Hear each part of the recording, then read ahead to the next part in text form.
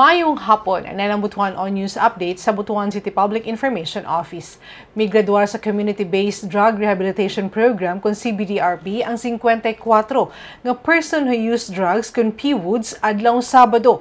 Gipanghinaot sa lokal nga panggamhanan nga mamahimong matinud-anon ang mga migraduar nga mga PWOODs ug likayan na ang pagbalik sa bisyo aron magpuyo nga malinawon uban ang pamilya ingon man makabaton sa maayong kaugmaon. Ani ang report.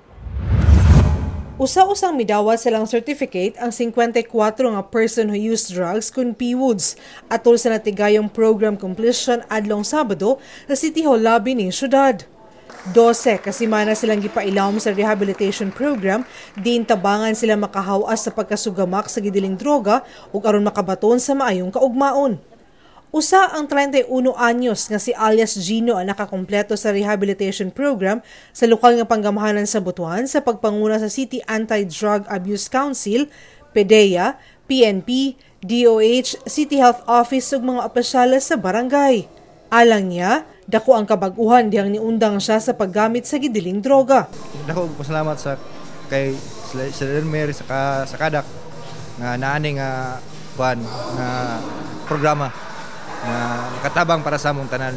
Sa ato di mga perfect pero ako lang ikahatag tambag sa inyo nga kanang surrender na mo kan mo sa Ginoo sa labaw makagagahom nga uampo nya sa atong pamilya nga atong kauban permente sa balay nga may atong permente katulog ug unsa pa kalihukan sa balay nga may makapabago sa atong kaugalingon nga di na tang balik aning bisyo ha.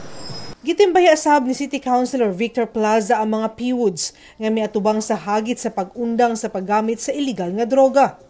You have faced the challenge na muhunong na mog droga. No? Kanin droga wala ni gipili, matiguang, madato, mapobre, madoktor, mapare, manurse, tanan. Sumala niligan ng mga barangay president Gemma Tabada nga nahimong inspirasyon ang mga PWOODs sa tanan, labi na sa mga individual nga wala pa misurrender sa sabakan sa balaod. Saludo kay mi sa inyo kay you are so brave nga ni-surrender mo voluntarily. No, wala naghago ang gobyerno nga sigpangita sa inyo, kundi kamo mismo ni submit no sa inyong kagalingon nga you want change. Gusto ninyo nga mabag-o mo kay tanan tao masipyat man gyud. Wala may perfect sa atong tanan. Kaysa may perfect dere. Why napataas no? Pasabot walay perfect. No, makuan gyud ta, masayop gyud ta. But there's a time for a change. No, the only permanent thing in this world is change. Gawa sa certificate na kadawat sab og welfare goods ang mga PWOODs. Ang mga PWOODs sama ni alias Gino usa sa prioridad nga hatagan og panginabuhian ingon man prioridad sa mga pagbansay, ilawom sa mga programa sa panggamhanan ug uban pang ahensya aron magamit niini makakita og trabaho.